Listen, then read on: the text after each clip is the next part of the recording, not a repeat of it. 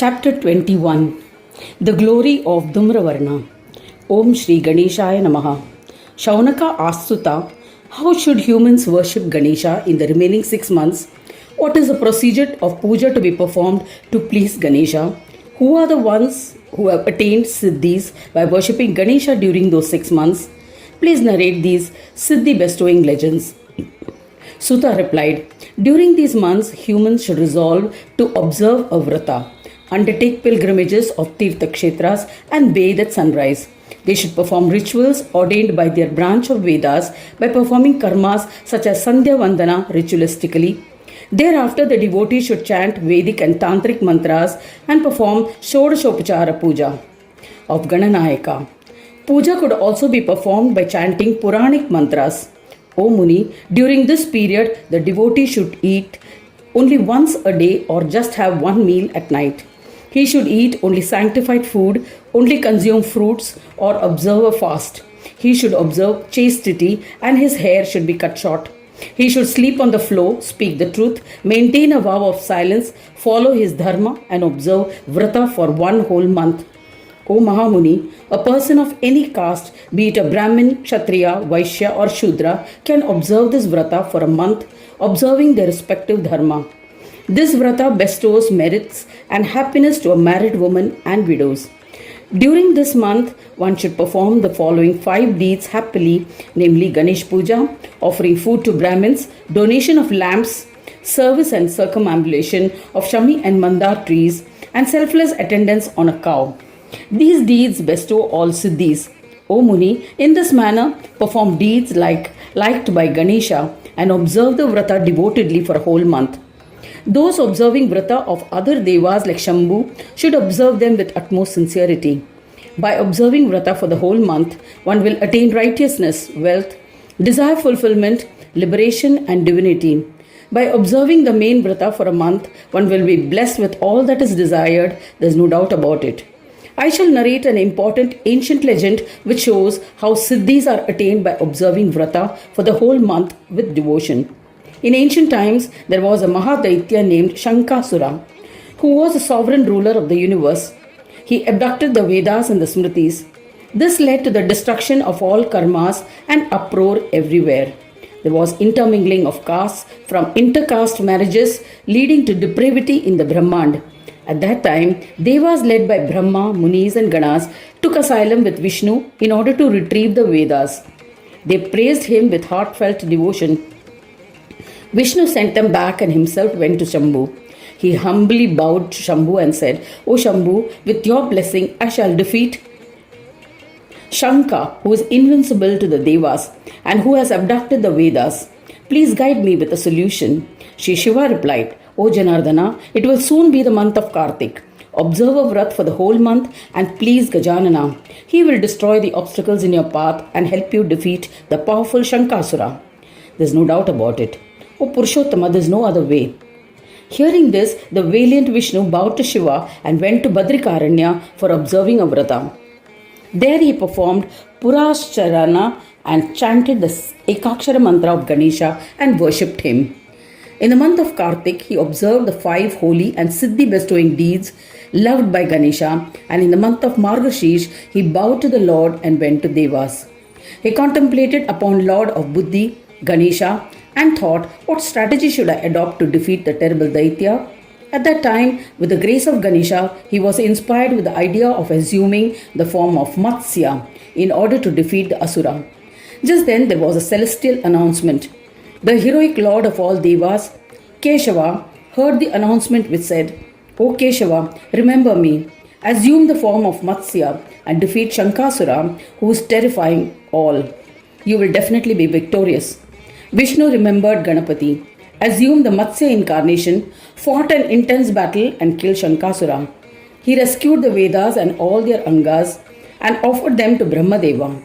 Devas and Munis performed his puja and sang his praise. Vishnu returned to his abode. In this manner, by the glory attained by observing ritualistic bathing and other rituals of the vrata in the month of Kartik, Vishnu assumed the Matsya form, killed Shankasura. O Brahmin, now listen to another ancient and sin-destroying legend about Kartik Vrata. There was a Brahmin named Somadatta belonging to the Paulastya lineage. He was pure-hearted, devout, and would perform penance regularly. He wished to observe austerities towards Ganesha. To learn about this path, he approached Gautama Muni. He humbly requested the eminent yogi, "Life is unpredictably short. By what means can I attain the darshan of Vignesha immediately? Please impart this knowledge." Gautama replied, "O Mahamuni, the month of Kartik is about to commence. To be blessed with the darshan of the Lord, you must observe a vrata for the entire month." He explained the procedure to be followed and advised him to stay in his ashram. Somadatta commenced his vrata. As a part of the vrata, he commenced the 5 favorite rituals of Ganesha with absolute devotion. He observed a fast, meditated on Ganesha, and chanted the happiness bestowing 6-syllabled mantra. On the concluding day of the vrata, an astonishing event occurred. O great Brahmin, after listening to it, your resolve to observe the vrata will be strengthened. The acclaimed Somadatta was seated on an asana on the day of Kartik Purnima. Durva, Shami, Mandar, and flowers were arranged by his side. Unexpectedly, a Brahmin arrived and fled with the puja materials. Somadatta was seated on his asana, observing a vow of silence. Fearing that he'll break the rules, he did not leave his seat. He remembered Ganesha and was worried how he would complete the puja. In that anxious state of mind, an extraordinary idea struck him. He thought, "The hair on my body is endowed with medicinal properties. Hair grows from skin all over the body. Just as Durva grows on earth, hair grows on this earthly body. Therefore, in the absence of Durva, Shami and Mandar, I shall offer hair from my body to Lord Gananatha." In order to offer his hair, he took a weapon to behead himself and offered to Gananatha instead of Durva. Just when he was about to take this extreme step, Gananayaka, who had assumed the guise of a Brahmin, appeared. He returned the puja offerings of Shami, Mandar and Durva and said, "O stubborn one, perform Ganesh puja using this." Seeing this, Somadatta was overjoyed and after completing the puja appropriately, bowed to him. He said, "O Lord, who really are you? You stole the Durva, Shami and Mandar flower offerings of my puja and then returned them. O Lord of Devas, you are not a mere Brahmin, but Vigneshwara himself. You have come to test me, but finding me firm in my resolve, you return the offerings. Now, please reveal your true form, or else I shall sacrifice my life. O Maharaja, even if you speak the truth, it will do. I will be content with it." Then, pleased by the devotion of Somadatta and influenced by the observance of the vrata according to rituals and rules as ordained, Ganaraja became pleased, manifested and revealed his true form. The form was 4-armed, 3-eyed, endowed with an elephant trunk, carrying a parachute and other weapons and accompanied by Siddhi and Buddhi. He was adorned with various ornaments. Seshnag was around his nabi. The Chintamani jewel adorned the chest of Lambodara, Ekadanta. He was clad in beautiful garments and had arrived mounted on a mushak. Somadatta was ecstatic and a thrill spread through his body. Tears of joy flowed from his eyes. Immersed in devotion for the Lord, he forgot all about himself and danced with devotion. He did not know what to do, as if he was beyond his physical self. He contained his ecstasy and performed puja of the Lord. He once again bowed to Heramba and extolled him with palms joined in reverence. Somadatta said, "To Ganesha, to Paresha, to the one who always bestows peace, to the one who resides in the heart of yogis, to the form of yoga, I bow to you. To Vignesha, to the creator of formidable obstacles for Vignas, to Paramatma, to the destroyer of obstacles of devotees, to the wielders of power, I bow to you. To the one without a beginning, to Mahakala, to the one who exists as Kala for Kala itself, to the one who remains even when it all ends, to Adinatha, I bow to you. To Vinayaka, to the Lord of all, to the one who bestows the position of the Lord, I bow to you. To the one who resides in the belly of all, to Lambodara, I bow to you. To the one whose belly is boundless, to the Lord of Brahmas, I bow to you. To the one who is devoid of a beginning, middle or end, to the form that is the beginning, middle and end, to the Lord of Swananda, to Swasamvedya, I bow to you. To the bestower of Siddhis, to the virtuous devotees, To the one who dispossesses the siddhis of the evil ones, to the Lord of Siddhi, to the embodiment of great siddhis, I bow to you. To the Lord of Buddhi, who bestows wisdom, to the one who is loved by the sadhus, I bow to you.